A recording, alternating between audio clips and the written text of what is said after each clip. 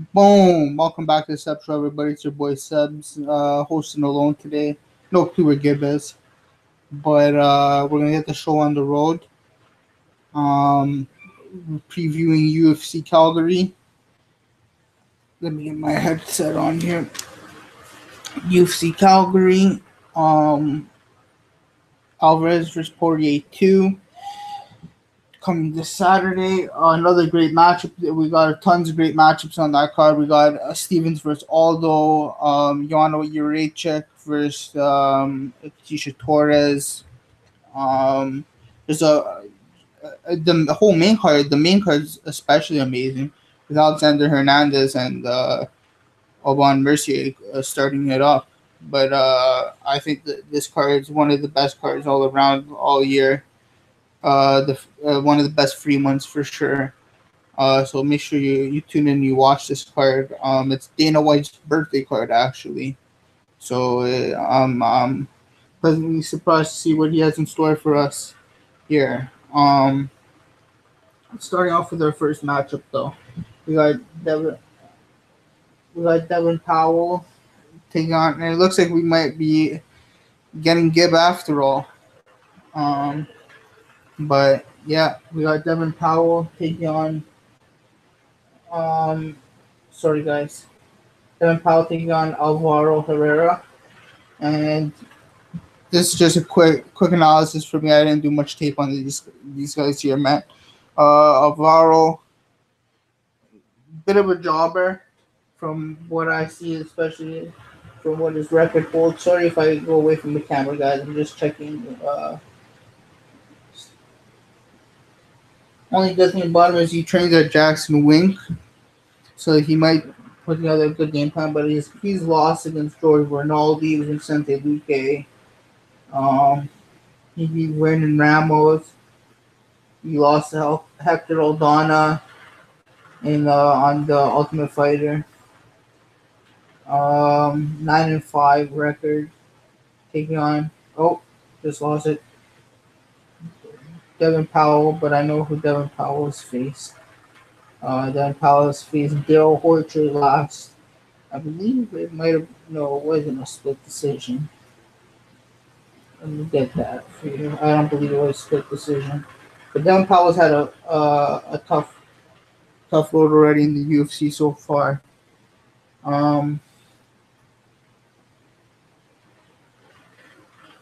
Jocker Close was his first fight, yeah. Two pretty Joe Horcher's it was a split decision too.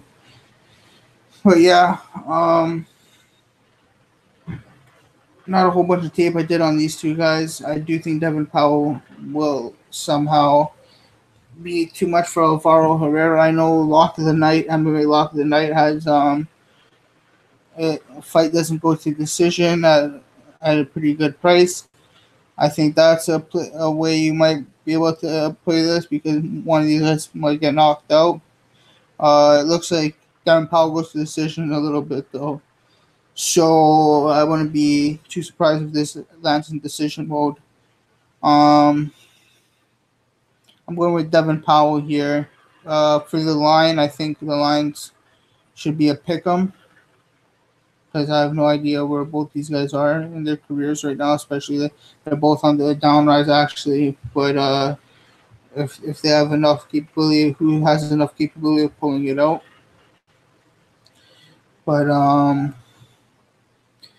yeah, I'm going with Devin Powell, not especially, but considering the line is not too wide. I like Devin Powell in this situation. What just happened? So it just froze here.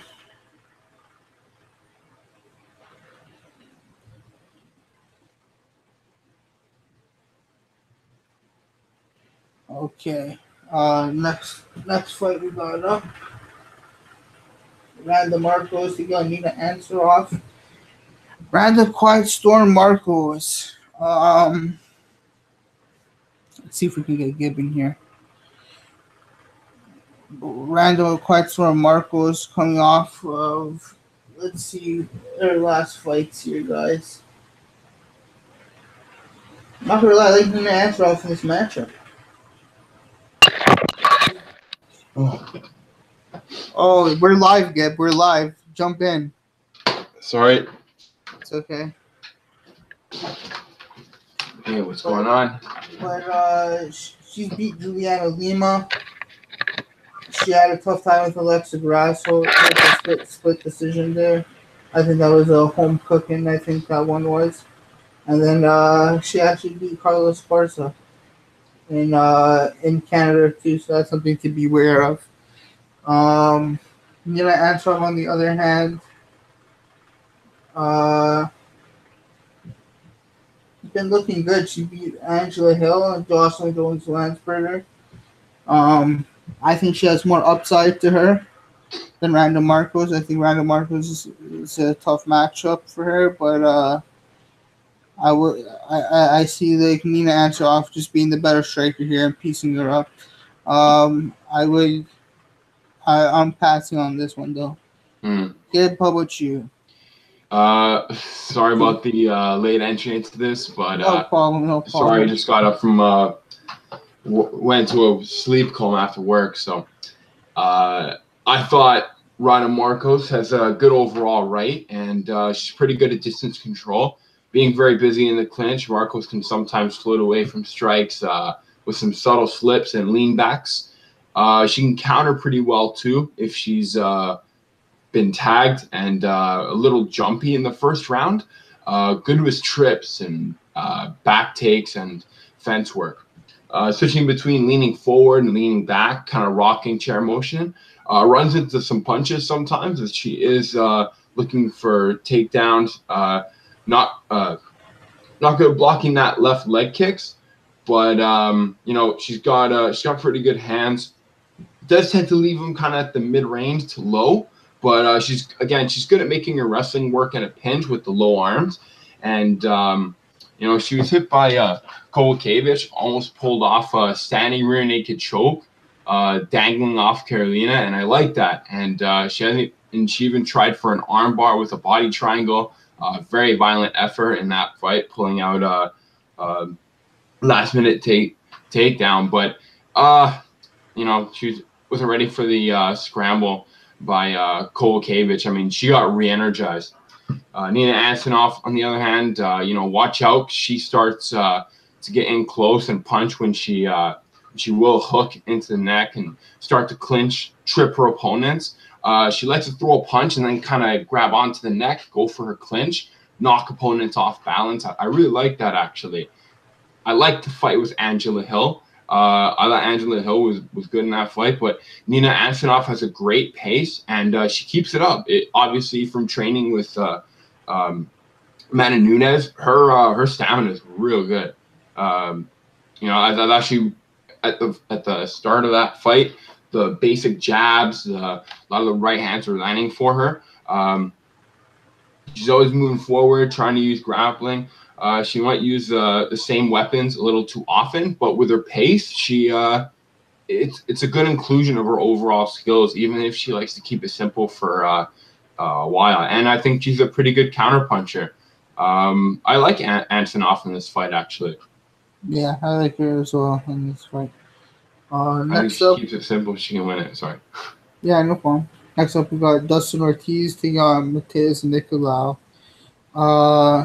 So I got 3 units on Matheus Nicolau at minus 234 to win 1.28 units, and like literally as soon as I bet that, the line changed right after. It's like the line moved against me, and then it went up. It went up to like minus 200, and then it was down to minus 167 at one point. It went down to 200, then down to 167, and then like I just didn't jump in at the right time, I guess. But whatever, I got him at minus 234. Still happy with him overall. If the line gets out of whack by fight day, like how it usually does, if it gets out of whack and I see he's a minus 150, I'll throw another unit or 2 on him. But I like him at this price for what I got him at. Whatever. I'm just going to go on with that. Matheus Nicolau against his last fight against Louis Smolka. Sharp boxing inside the pocket. Very sharp boxing. Uses counters very well. his takedown defense is good as well. Something that is going to be a key for him. I guarantee you he's going to have to have worked on that takedown defense for Dustin Ortiz here. Dustin Ortiz is a wild matchup for him, but Dustin Ortiz's striking defense is really poor. I think he holds his hands a little too low, and he gets cracked in the chin quite a bit with pretty basic punches. And I think the speed of Nicolau is going to play a factor. I think Nicolau is a faster fighter, and I think he hits harder. I know Dustin Ortiz has like 8 knockouts in this UFC or on his MMA record, but this is a fight that I can see Nicolau potentially finishing on his end. I do like Nicolau a lot in this spot. I play him up to minus 250, but he's down at whatever he's down at, minus 190 or 186 or whatever he's at right now. I'd play him at the moment right now. Mm-hmm. Yeah. I think Ortiz is a marathon man because from 2010 to 16, he had never had a fight that did not go into 3 rounds. So he's well rounded, good gas tank, very calm in submission trouble, only really being tapped by Morono. And even after that, he was able to fix up his holes when his back was taken by Pantoja and an early neck crank at the last minute. Sets up a good solid pace, likes to throw 3 and 4 shots. I think that's part of the reason why the low hands. On the single leg, even if he has to dive for it, really good at grabbing the heel. I like that, especially for takedowns. Kind of gets that falling backwards trip every now and then. Good on the fence, and will take your back if you let him. It can sink you down from the fence while kneeing the thigh. Good push kick, double right hand, mixed and takedown attempts well.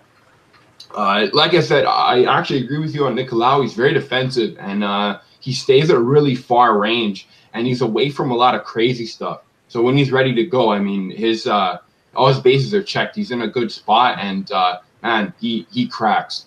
You can hit people by simple tools during dull moments, but has a big kick. And he likes to use it to lift opponents' front leg off the floor. I really like that. Likes to put pressure on and off, which can make his fights difficult to watch. Like a split decision with John Moraga, but lands in twos combos, overhand jabs, body high kicks, and as he gets closer to the fence. Speed can make the fight a little boring, and if the other person doesn't want to chase you, but he likes to feint a lot, constantly looks for new shots, and doing this can slow the game plan down if opponents miss. He can flurry, and best of them, he opened up a crazy combo on Moraga in the last round of their fight, switches stances, so I actually like Nicolau in this fight too. But again, I like Ortiz's stamina.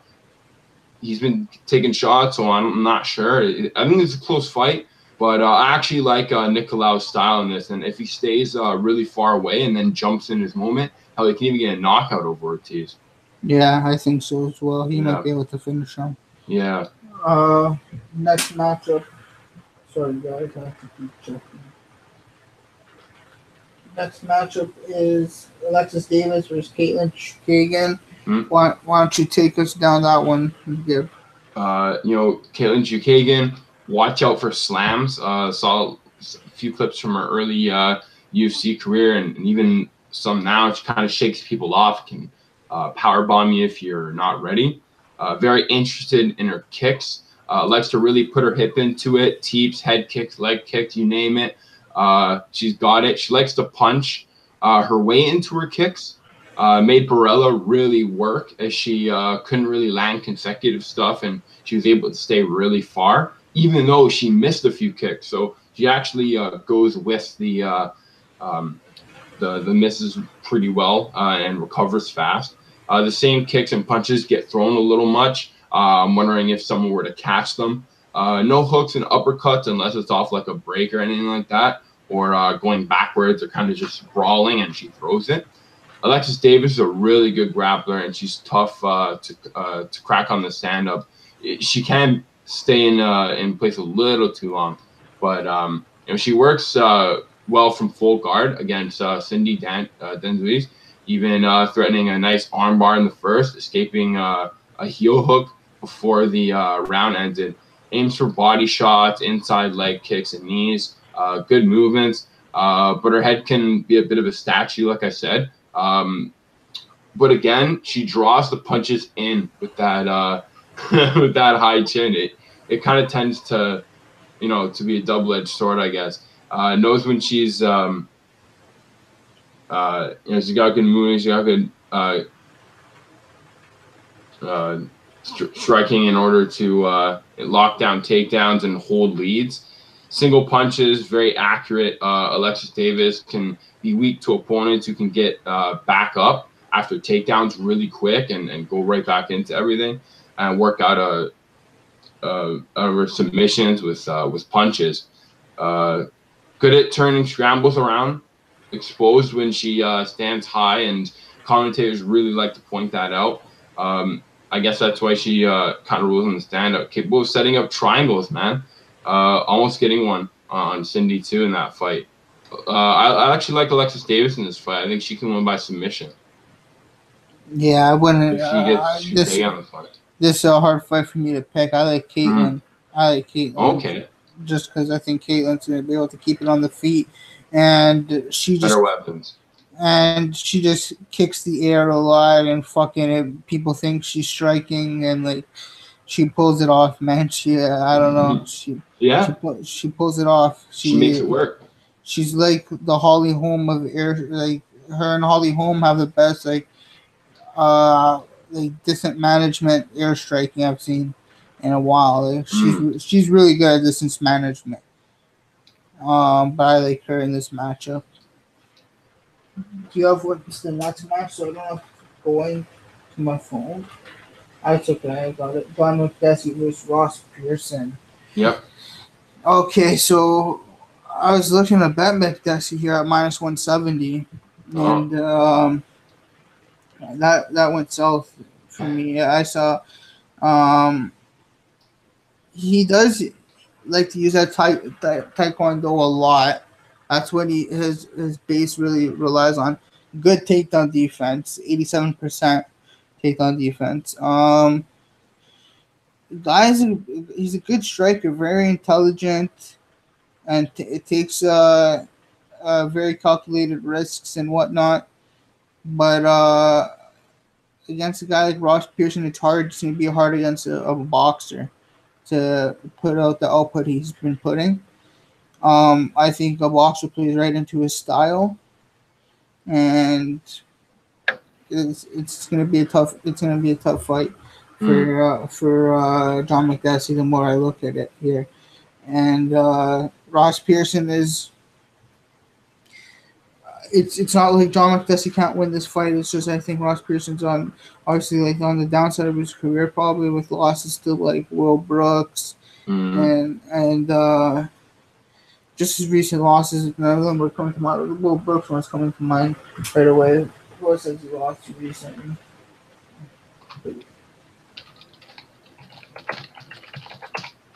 I know he beat Hirota. Yeah, he did. It was split, I think, right? Yeah, but he beat Hirota, but I think he lost to Daniel Hooker and then Will Brooks, I'm pretty sure. Yeah. Something like that. All right. But regardless, from where the line is right now, I'm passing. I don't like the minus 170 on Makdessi. If it was at minus 135 or something, might take the shot. But I don't like where the line is right now. I hope he wins for the sake of my boy Kelton, who has a big bet on him. But I'm picking Makdessi, but no bet here. Okay. Yeah, I can see why. A little weird in his last fight. His plan went completely according to plan against Abel Charhulo. Lots of leg kicks and with constant pressure, a little bit of light kicks, a little bit of heavy kicks. He was able to do it. He completely locked out his Abel Charhulo's leg, threw his game off completely, and the way he pulled it off was well done. I mean, he's got a good left hook, even though he sets up. He does miss some spins. Definitely don't want to miss. You can get your back taken, or beaten up by a veteran, which I can see happening by Ross Pearson.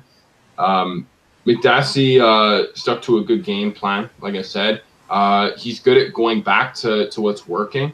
Throw a jab, being busy.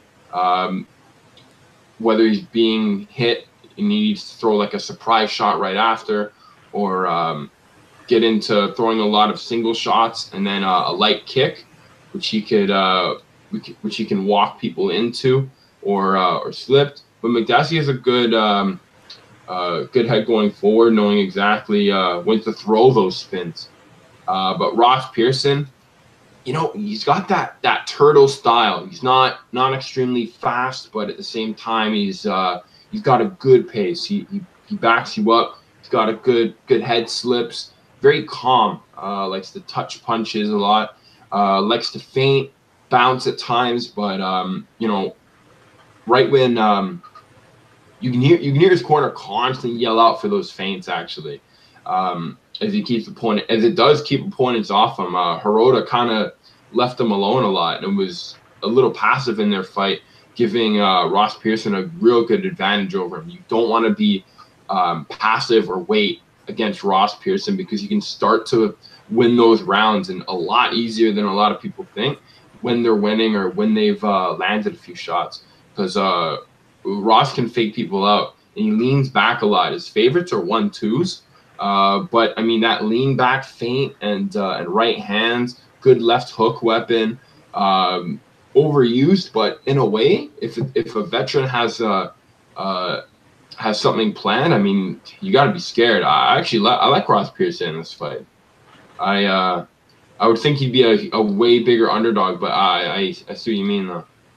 Yeah. Next up is Gadzhimurad Antigulov versus Ion Cutelaba. Cutelaba coming off that USADA fucking ban where he was gone for like a year or so, or whatever. Yeah. It's been a while. Yeah.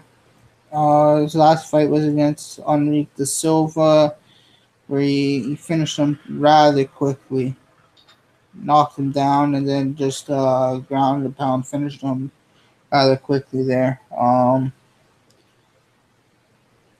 Before that, he fought Jared Cannonier, had trouble with Cannonier's pressure. Cannonier ended up taking that, and then he fought Jonathan Wilson, beat Jonathan Wilson, and then got tapped out by Misha Serkinov. Serkinov is the one that makes the most sense here. Just stay with me. Serkinov is a grappler, and he actually has a decent single leg as well. Didn't use it in that fight, but he has a decent single leg. Gadzhimurad Antigulov is the king of the single leg, man. This guy will grab that single leg, especially the way young Cutelaba holds it out. He holds it out for it to be taken.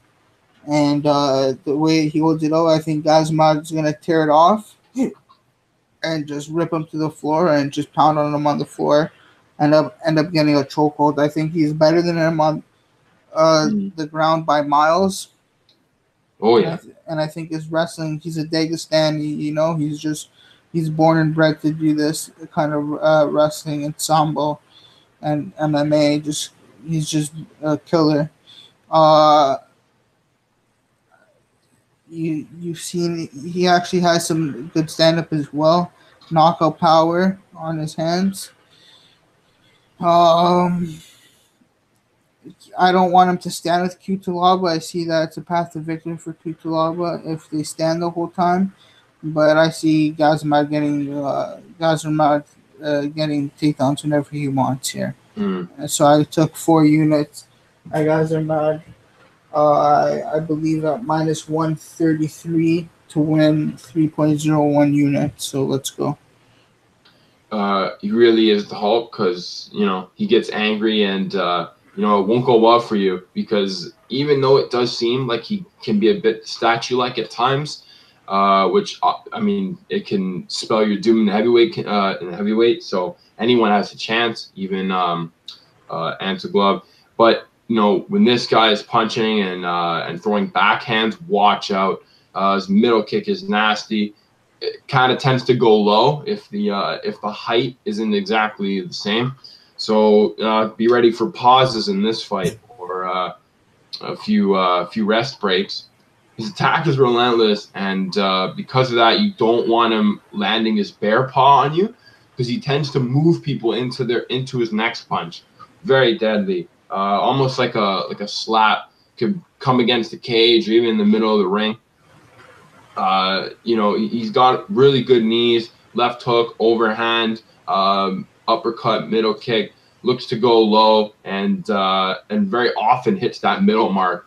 Nothing you want in the heavyweight department. Antigulov, I definitely agree with you mean. Once this guy gets on your back, he's a backpack, and it's heavy as fuck, and you're gonna drop because he's not getting off you. He's attached, and the punches are gonna start. Or lots of be ready for your hand to be moved. He throws lots of strikes in the beginning. He can flurry if he thinks he has you, but generally I think he's pretty calm. Throws a lot of singles, maybe weights, but he gets guys to the ground and he knows what to do once he's there. There's no sort of slowdown once he gets to the ground. It's just all business starts. And I think if he gets Cutelaba on the ground, it's going to be a really, really early night. I'm pretty sure he's gotten a knee bar before too. I wouldn't doubt it. Antigulov? Yeah, I wouldn't doubt it. I'm scrolling down there. Yeah. And Cutelaba fades, man. Cutelaba fades, and when that second round starts coming, the end of the second round, he starts gassing hard. Hell, it could be dangerous for him by the second if the action is pretty high in the first, right? Yeah, especially with all the grappling and whatnot that's going to occur. You have to get away from that. Next up is Islam Makhachev taking on Kajan Johnson. Yeah. Islam just came back, knocked out Gleason T-Bow. Yeah.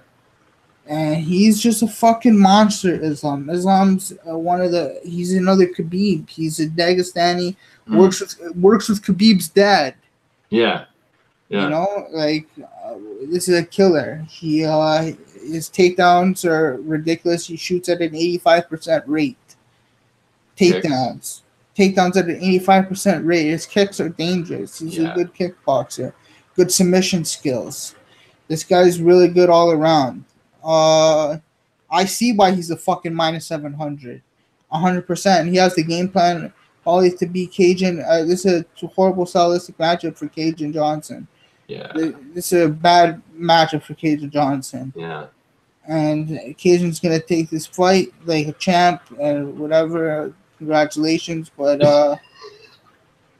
you're fighting fucking Islam Makhachev, brother. So good luck. And Kajan came off his last fight against Stevie Ray. He looked pretty good. Yeah. With that. But Stevie Ray's a jobber, in my opinion. Nothing to take away from Kajan Johnson there.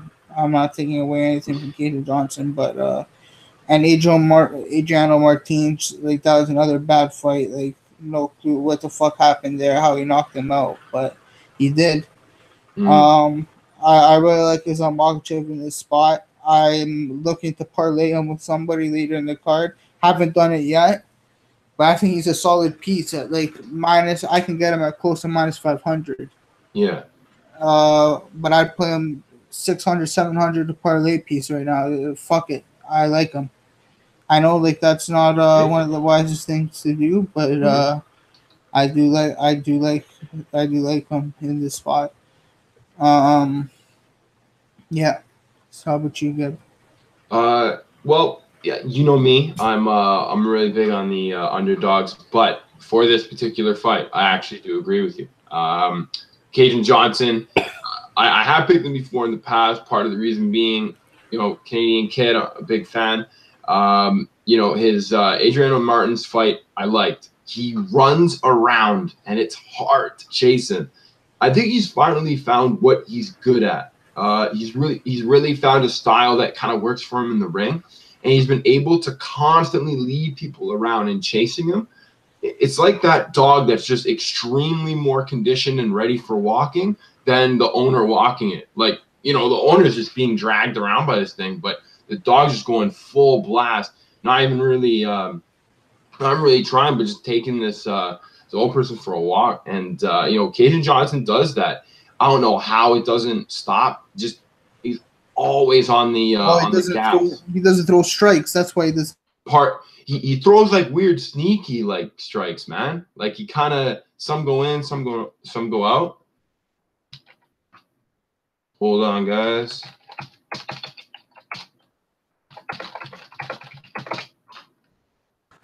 Oh, right after you said he only has that one punch because he barely throws. Yeah, man, he barely throws. He just runs around. Mm-hmm. He's on his bike the whole time. I don't like him in this matchup at all. Yeah. I think it's a horrible matchup for him. I think because of that, Makhachev completely takes advantage of him because of the fact that you can only really back up so often. There's walls in the octagon for a reason, and when a fighter is fast, and Islam Makhachev is fast in that first round, the running might work, but this guy can catch you early and late. He's got a good gas tank. He can have trouble landing that the kick every now and then if he misses, but I mean he's quick when he comes back with it. He's pretty much ended T-Bow in a flash, whereas Khabib had to really work at that fight. I'm pretty sure that was a tough fight for Khabib. Different fight though. Different. It was. Different. It was also a different year. Different Gleason. Gleason was on the drugs like a motherfucker. That's true.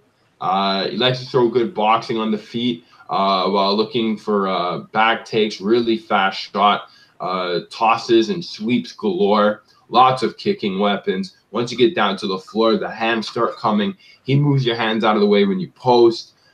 He hits you with looping uppercuts from the back. He keeps so much pressure on you. So I think if Kajan Johnson goes to the ground, it's even worse off. And he's actually a submission guy. I think Islam Makhachev's punches will stop a lot of those submissions from happening, and it could end it early if Kajan isn't working the ground. And because you run away so much on the stand-up, it's really difficult to now all of a sudden start to hustle on the ground and then have to hustle when you get back up. So because of that, I think Islam Makhachev takes him down, whether he gets him running backwards or just hits him when he's finally tired enough to hit. Yeah. So you're taking Islam in this fight? Yeah. All right. Next fight. Hakeem Dawodu taking on Austin Arnett. I'll let you take this one, Gib. So I got to ask, what do you think of Hakeem's last fight and to now? Do you think he's made adjustments to beat a guy like Austin Arnett? Because he did fight Brandon Davis in a huge war. So I think he's ready for anyone to kick the pace up on him. He's very loose and flowy from the beginning rounds to the end. From the jump, no tightness. He fights with a lot of power, and he does not cover up. He does a lot of leg switching, very confident in throwing three-piece combos, talking at times during their Davis fight. You definitely do not want to talk to me and Hakeem. In his last fight out, he experienced his first loss by submission. A very weird fight. I didn't at all see it going that way in 30 seconds, especially against Danny Henry, but he proves why he's still deadly, and anything can happen in that first round because, Hakeem defended the original takedown and fence work pretty well, but eventually he was able to get that guillotine. So a lot of things happen really quick. Austin Arnett, you know, he's not. He is capable of pulling off submissions. He pulled off triangle choke to get noticed and put onto the Tuesday Night Fight Contender Series. So you know, he could pose a bit of a threat for Hakeem, but I think because of that loose style he has and hands low, Hakeem's going to take a really big advantage here because of that one loss that he had, and he's going to really kick it up on the stand up. I can see him throwing multiple kicks, like he kind of came in promising to use. A lot of big knees, a lot of elbows, super good Muay Thai. I think he pretty much takes out Austin Arnett stand up. Again, it's that groundwork that, you know, we got to wonder if it's patched up since the last time. But I think Hakeem takes him down in the, or sorry, I think Hakeem can avoid the takedown and keep the striking going enough to either change Austin Arnett's outlook on the stand-up and maybe make him a little slower, or hell, maybe even take him out. I think Hakeem's got this one. But it's a tough fight. Yeah, I think Hakeem's got this as well. Just look at his past fights. He's a beast, man. He's a worker. Very nice boxing, very good kicks and everything. Austin Arnett, on the other hand, God bless you. Austin Arnett, on the other hand, like you said, likes to throw in his combos as well. It's a tough fight, like you said, man. I think Hakeem gets it done, though. Yeah. The more I'm thinking about this, I think Hakeem actually flattens him. Good Muay Thai, man. He just didn't get to show it in 30 seconds. You know? I think he's going to be able to flatten him, especially being able to fight out of in Canada again. Mm-hmm. That's going to be good. So I'm looking forward to that. I got Hakeem in this one. Yeah. I think the next fight's Jordan Young going in. Yep. And Alex Morono. Yeah. So Jordan Mead just beat Eric Silva. Yeah. A lot of people want to say that's not the best win. In my opinion, that's a good win, man. For sure. Eric Silva's a tough guy to beat. He definitely showed he has combinations. I like Jordan Mead showing off his combinations in that fight and working his takedowns and his grappling, really showcasing the skills in that fight. But it seemed to me he even got tired in that fight. And that's just a constant theme that this guy gets tired. Against Bilal Muhammad, he got worked for 3 rounds. Even though I think it was a 29-28, I think he got worked for 3 rounds. And then he fights Emil Meek. That's a hard fight for him, man. Yeah. Anybody. That, and then, you know, like, tough fights. But here's facing Alex Morono, who like doesn't have like the best punching power or grappling, so that's not something he has to be worried about this time. He doesn't have to worry about the punching power of Meek like he was last time, or he doesn't have to worry about the grappling of Bilal. This is around his kind of game. There's too many holes in Jordan Mead's game for me to pick him, but I do like him in this matchup. I'm not betting it, but I like him in this matchup. How would you give?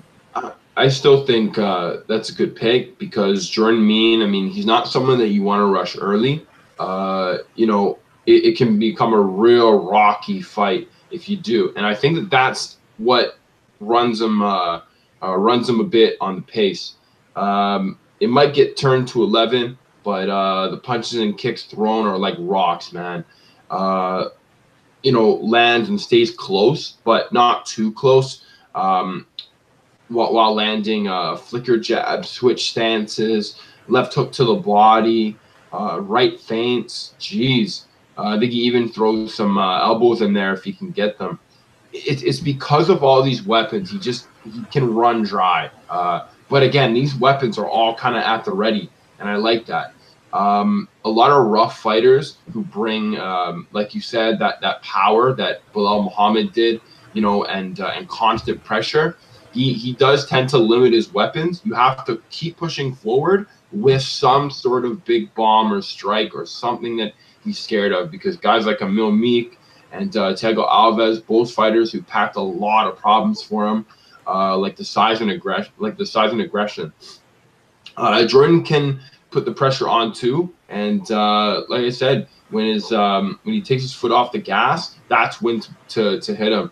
He hasn't gotten a KO since 2014, so he's due for one, man. Alex Morono, he got a submission over Berkman. Rough fight with Nakamura in the split decision. If you give people lots of time to act, then you make it real obvious early, and you can carry them through the fight if they know that you're not putting enough pressure, or you're kind of giving them all this space to work with. You're not really stepping forward when they're close to the fence. You're just kind of like letting them get out of corners. Morono is a bit of a submission guy who can crack, but he is a little wild at times. He likes to loop that right hand. Very, very tough. Fighters goes for leg catches, and after being hit sometimes, he will wait and land his middle right kick to the body. I like his combo where he throws a spinning backhand and then throws a right hook. He dropped Nico Price with it. That's a new move, man. I like it. I'm gonna start fucking using that. Feint jab, or jab feint steps to the side, circles, then runs in to see if he can land something big. So because of that footwork, I'm wondering if Jordan Mein can kind of deal with that, and his stamina doesn't get too rocky. I think Jordan Mein takes his fight too, and I actually I hope he gets his knockout actually. And it's been a while, so. Yeah. Next up, we reached our main card. It's Alexander the Great Hernandez taking on Olivier, the Canadian gangster, Aubin Mercier. Jeez. The Canadian gangster. Last fight was against Evan Dunham, I'm pretty sure, and he fucked up. Or no, it wasn't against Evan Dunham. That's who was who he was originally supposed to fight. Or was it against Evan Dunham? I don't know. Oh, Evan Dunham was like the one rounder. Yeah, that's the one I'm thinking. Yeah. Carlos Ferreira. No. It was Evan Dunham when he kneed him. Oh, okay. And then he beat Tony Martin. He's beat the who's who, but he's beaten some top guys. Some tough fight win streak. He's on a 4-fight win streak. Some tough matchups for the Canadian gangster. He's on the number 15 spot at the lightweight division, and he's taking on Alexander the Great here, who, in my opinion, is where he's supposed to be in the rankings.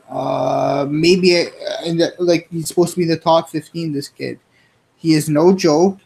That was not a fluke over Beneil Dariush. No. This kid is legit. You go watch his fights from LFA and RFA, and this kid is no joke. He brings the pain, man, and he's got some good wrestling. I think he's gonna bring it in this matchup, but I think this fight's gonna play out on the feet, and I think we're gonna get to see the best of Olivier, Aubin, Mercier. But I'm going with Alexander Hernandez here to get the win. I gotta ask, were you able to find the Jamal Emmers fight? No. I was looking for that. I kind of scoured, but I didn't have enough time to really crazy look into it. I'm curious about that fight because Jamal Emmers doing good as of now. I mean, his last fight, but he is kind of 3 or 4 fights lost in his career, and he's only 29. Surprised he's not in the UFC by now. But he had his chance. Oh yeah. Alex Hernandez ran through Beneil Dariush, and he did not leave Dariush alone. Likes to move similar to Dominic Cruz. TJ and keep TJ. talking. I'm gonna be right back. Yeah, his style of fighting is where they constantly working the footwork, moving, pressing the action, very fluid, fast. You know, again, that's why I'm kind of curious how Jamal Emmers was able to combat that. Again, fight because split, locked up a rear naked choke against Chris Pasiro, and he's been the odd, 3-rounder, 1-2 kick, right hand. He kicks that front leg out, and you have nothing to stand on if that back leg isn't, glued to the floor. I've seen him pull off a German suplex on an occasion. This guy's ready to pull out anything that works, really. And his speed is something that makes it for him. Olivier Mercier, this kid's been doing real good. He only really lost that one big fight with Chad Laprise. So a lot of boxers tend to give him a bit of a hard fight. But since then, he's been able to do well. Carlos Diego Ferreira obviously beat him in a decision. But he's a super good workhorse. And after 8 fights, got a first-round knockout over Evan Dunham. In the fight that he got his KO, we saw Mercier on his back foot, and he was being rushed. Actually, for the first time, you saw Aubin Mercier kind of being punched up, similar to Chad Laprise, and it seems like he mended a lot of those holes because he was able to start back to work, land body shots with a good southpaw, and his hands are only about medium to high. Likes to touch and measure with his jab. Can be very dangerous for southpaw if they get with their overhand. But Mercier stays solid, always being busy, even going back when he starts to line up the uppercuts or even a takedown in the Tony Martin fight. Tough grappler to fight with, and Martin started to show his stuff, holding and molding his weight into him, making it difficult. Good left kick that has been used in the Martin fight, really putting orthodox fighters on notice, man. Likes to fight on the ground, even though his game, his game gets rocky on the stand-up. But if it goes to the ground, he has a stamina. It's going to be another roller coaster because he can take you down, he can keep you there, and he can get really difficult for Alex Hernandez fast. Alex Hernandez obviously is coming off of that juiced first round victory. He doesn't have very many 3-round fights, but he's not unfamiliar with going for them. So I think it's gonna be a really close fight, and I got Mercier in this fight. I think the Quebec kid gets it done. He's had more experience, and he's definitely taken out big opponents like that, like Drew Dauber before. Drew Dauber is a big hitter, so you can't really sleep on those fights. And Alex Hernandez, he's a big hitter as well, but I think Oliver will be alive and alert. He's got his eyes peeled for it, and if he does kick up the pace early on him, I think Oliver Mercier has something for him. If he doesn't stay safe this entire fight. Yup. I got Mercier, man.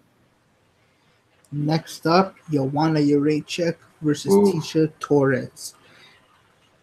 Joanna gangster. Joanna violence. She's back, everybody. Boogie one.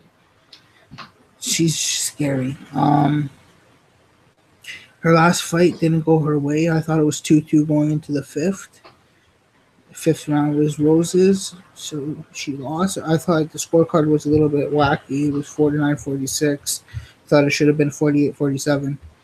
But regardless of that, I thought she won 2 rounds against Rose. I think Rose is just a bad stylistic matchup for her. And I think a girl from Tecia Torres' size, how tall is Tecia Torres? 5'1"? She's a small one. Yeah. She's 5'1", I'm pretty sure. Yeah, she's gonna get big height advantage to give up. She's gonna get teeped in the God bless you. She's gonna get teeped in the face by Joanna Violence. She's gonna get teeped in the fucking face. I think Joanna puts together combos way nicer. Joanna uses leg kicks, uses the teep, head kicks, just her jab to keep distance and maintain distance is really good. Tecia likes to mix it up. I don't think she's gonna have enough to do it. I think this is where my parlay stands. I think I like Makhachev and Joanna, but yeah, this is a tough fight for me to like think just because of the odds. I wish the odds were a little bit better. So I wish I can bet Joanna straight. Like I could bet her straight, but it's just I'd rather make the parlay with her. Other than that, I think this is Joanna's fight. This is one of her easier matchups. I think there's a bad stylistic matchup for Tecia Torres, and I think this is Joanna's fight to lose. I think Tecia Torres, what a fight with Jessica Andrade, man. It took her to work in the first, giving her a lot of problems, but Andrade threw some big punches back too. She kind of blocked him and avoided the first crazy flurry in like the first minute of the fight. Super entertaining.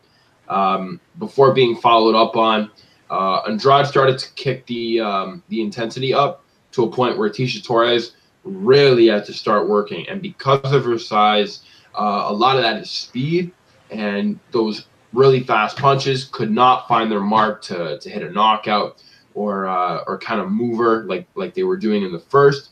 Ticia's fast, really good at locking up a rear naked choke on Lima. She's got a lot of weapons. Again, they call her Tornado for a reason. Her punches are always looping. She can throw kicks, punches and bunches for days, man. She's a good worker, man. If you're not ready to for that fast pace in the beginning, she could take advantage of you if you're overthinking things and stepping back too much. But Tecia Torres is gonna have to take all the forward steps in this fight, and she's gonna be taking a lot of leg kicks. One way that you beat Joanna is probably terrible. It's taking leg kicks. Rose has to take a lot of leg kicks in order to beat Joanna the second time. And I know a lot of people are still kind of iffy about that fight. Some people say Joanna should have won it. Obviously, Joanna thinks so too. I thought Rose took her out, but at the same time, Rose had a big sacrifice being made every single time, because it was just the second it was in range, bang, Joanna took it. There's just certain spots that you don't want to step on, and once you do, it's a landmine, and Joanna just throws a big leg kick, and you feel like your leg just got blown off. She can blister some good hand speed at you. Really, really good with a jab. Very solid with it. Her single strikes can hurt or get comboed into another kick that can probably hurt at the end. She's really good at placing stuff. If she sees something, she won't. She might not go for it right away, but she's thinking about it, and she's just waiting to set up another combo and another combo, and really start to rattle off her combinations and make it just a difficult night for people. I think she takes out Tecia Torres, but Tecia Torres is no slouch. She can give her a lot of problems in that first round. Get ready for a lot of explosiveness, because I think Tecia Torres could try to pull something in the first two rounds. She definitely has to, but I think Joanna will be able to weather it. And if anything, I think she'll be able to beat Tecia Torres on the decline, as her stamina does tend to go down if she's aggressive early. All right, so we got Jose Aldo taking on Jeremy Little Heathen Stevens. Huge fight in the featherweight division. Just a great fight overall. Little Heathen coming off knockouts of Doohoo Choi, Josh Emmett. beating Gilbert Melendez before that. And people like to use MMA math for this shit, saying Renato Moicano beat up Jeremy Stephens, therefore Jose Aldo's gonna beat up Jeremy Stephens. Like, yeah, Renato Moicano's fucking like 23 years old, bro. Like, yeah, Jose Aldo, fucking old. And like the leg kicks are gonna. Jeremy Stephens says he's ready to go leg kick for leg kick. He says he'll go leg kick for leg kick. He doesn't give a fuck. He doesn't give a fuck. And he's gonna be facing Jose Aldo, and on neutral ground, so not in Brazil. Like most guys have to face Jose Aldo. I think he's gonna be able to work Jose Aldo. Jose Aldo, we saw something from Jose Aldo in his last two fights against Max. He breaks around the end of the second to the third round is when he breaks. The third round, he breaks. So if I can't trust a guy who breaks in the third round personally, but I can trust a guy who breaks people and will break somebody in the third round. Depends who's fighting. Jeremy Stephens will break Jose Aldo in the third round. Mark my words. He's just a different kind of beast. The way he puts the pressure on people is real. He's got a sharp punch. He's got a nasty hook, nasty overhand right, nasty left. He can hit you with anything and you're going to sleep. Jose Aldo, on the other hand, still explosive, still has the leg kick, still has all the grappling chops and whatnot, but isn't enough to beat upwards Jeremy Stephens, who's on the upswing of 3 fights, 3 win streak, to Jose Aldo, who's lost his last 2 brutally. You know, who's gone in his life changed by Max Holloway twice already. Let's see where he lies after that. But I think Jeremy Stephens is going to knock him out in the third round. So I got 5 units on Jeremy Stephens at plus 122, I believe. Let's see.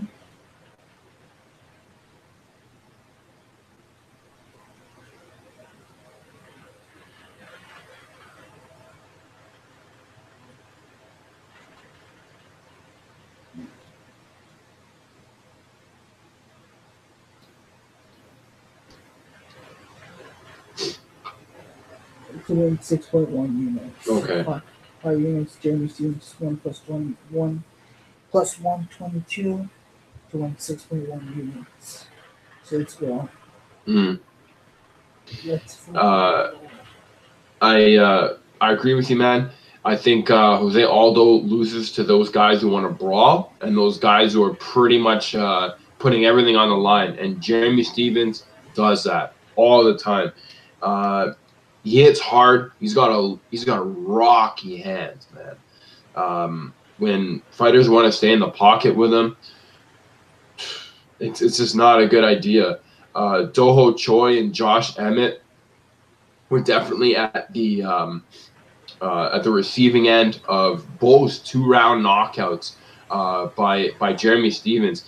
He's really good at narrowing down when in the rounds to start the action and really push the pace. Jeremy Stephens uses a lot of good basics, but also mixes it up with just a lot of finesse and a lot of prowess. Now, understanding lost to Frankie Edgar and Max Holloway, and if you want to throw the MMA math out that way and kind of divide those out, do your thing. But Jose Aldo, it depends. It depends who he fights. If he fights guys who are a little more calm, a little more active game plan, like Frankie Edgar or Chad Mendes, he'll tend to win those fights in those 5-round wars, maybe giving up 1 or 2 rounds in between. Whereas guys like Max Holloway and Conor, who are pretty much ready to slam in the pocket and throw bombs, those guys can be a little difficult because Jose Aldo has to bite down on that mouthpiece and be prepared to get hit. And he's been hit quite a few times. Not away from going the 5 round, but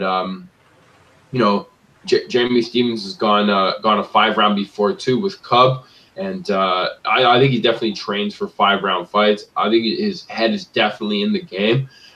He's a scary fight for anybody in that division. Jeremy Stephens can take out a lot of people.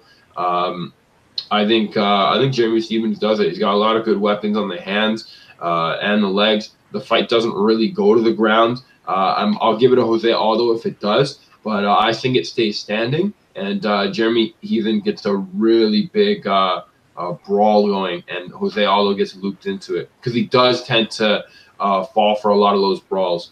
Jose Aldo loves to brawl because he has to win those. You know what I mean? Yeah. I'm not saying Jose Aldo is done by any means. No, not at all. But I'm saying this is a tough matchup for him. This is a bad stylistic matchup for him. Anybody. I think he's a bad stylistic matchup. Jeremy Stephens is a bad stylistic matchup for, like Gib's saying, for anybody right now in the featherweight division. He's a bad matchup for guys. Mm-hmm. You can say Max Holloway beat him and whatnot, but this guy is still legit, man. He's still like, if he fought Max Holloway right now, I guarantee it goes 5 rounds and it's a war. But whatever. We got Jeremy Stephens. Next up is our main event of the evening. Wow. Eddie Alvarez taking on Dustin Diamond Poirier. Let's start off with Dustin Poirier. This looked great against Justin Gaethje. Looked great against Anthony Pettis. And to be honest, he looked great against Eddie Alvarez before the fight got stopped. He was looking really good. He clipped him pretty badly, and he had him hurt. Both guys got hurt in that fight, so it's hard to say who would have won that fight. Eddie had him against the fence, kneeing him, and then he threw the illegal knee, which ended the fight. But Dustin's got sharp boxing inside the pocket. He throws. I love his boxing, man. He throws nasty combos. And I think he's a better boxer out of him and Alvarez. I think he's a better boxer. I think he moves around better with his footwork. I think he's the grappling aspect is where it lies. It's going to be hard, but I think Dustin's got good enough takedown defense to keep this fight standing. And I think he's going to be able to work Eddie on the feet. So I got Dustin Poirier here, man. I'm looking for a play on him, but I'm just waiting for see if the odds get a little bit better. Hopefully the odds get a little bit better. If they do, I'll be making a play on Dustin Poirier. Yeah, I agree, man. I love Dustin Poirier in this fight too. His boxing, I do think he takes a lot of leg kicks from the Justin Gaethje fight. Obviously, yeah, but Eddie doesn't throw leg kicks. No. But I mean, he could always start, right? But he didn't do it too many times in that first fight. At least I'm thinking back to it. It was mostly a boxing match, and a big brawl. Again, super big fight. That's a fight of the year, and this one could be another one if it goes the distance. It's weird because guys like Michael Johnson, Eddie Alvarez, Justin Gaethje, Conor McGregor, even Yancy Medeiros to an extent, are fighters that are not good matchups for Dustin Poirier because the aggression and the constant pressure used to get in the way. But this guy is real recovered in terms of, where his weaknesses and strengths lie. He's passed up a lot of those, and I like what he uses. He's got a bit of jiu-jitsu to him, attaching himself to Anthony Pettis with the body triangle. Again, super close fight in the Eddie Alvarez before the illegal knee, which it was kind of interesting the shit talking that went on the Twitter, because originally Eddie Alvarez and Dustin Poirier were super happy about their fight and they wanted to run it back again, but the second I'm pretty sure times changed, they just started getting pissed at each other and said, yeah, well, I was winning the fight anyway, you had to knee me, so it got interesting. And Eddie Alvarez, no slouch himself, good takedowns. You really got to watch out for him, and he goes all in for punches. He's in any sort of brawl, and man, to go Justin Gaethje, I didn't think he would, man. I thought Justin Gaethje would have had that fight. Took him out with a knee in the third. Yeah, he has to take a few punches, but you're going to. And both of these fighters are willing to take punches in order to give out just as much. So it's just a good matchup for both. And, both of these are Conor McGregor. Again, a little weird. It'd be interesting if Conor comes back and fights one of them. Don't think it's going to happen. But that fight could be October 6th. Yeah. October 6th. Mark it down, boys. He's fighting Khabib. He took out Rafael Dos Anjos in a very, very impressive fight, putting him up against the cage, throwing some great boxing combinations, and showing how deadly his boxing is, which is why I think him and Dustin match up so well. I think Dustin Poirier's boxing is a little bit better, but Eddie Alvarez, it's there for him. And again, because of that first fight, you never really know. We're pretty much going into a third round at that point, since they fought for 2 already. It's gonna be an interesting fight. I think the ground game might come into play later, and if it does, and Dustin's tired, I think Eddie Alvarez will take that game, and I even think he might get a submission. But I think Dustin Poirier takes it standing. So who? I got Dustin Poirier. God bless you. Okay, so Dustin. All right, so there's a breakdown of UFC Calgary, guys. Hope you enjoyed that. Here's my bets, just to go down once again. 4 units, Gadzhimurad Antigulov, -133 to win 3.01 units. 3 units, Tecia -234 to win 1.28 units. 5 units, Jeremy Stevens +122 to win 6.1 units, and then I'm making to look those 2 plays again with the parlay and that Dustin Poirier play. But yeah, hopefully, man, let's get it. Let's cash these bets. Let's cash these bets, guys. Hope everyone cashes. Let's get this. Enjoy the weekend. Good luck, guys. Enjoy the weekend. Enjoy the fights. Let's go.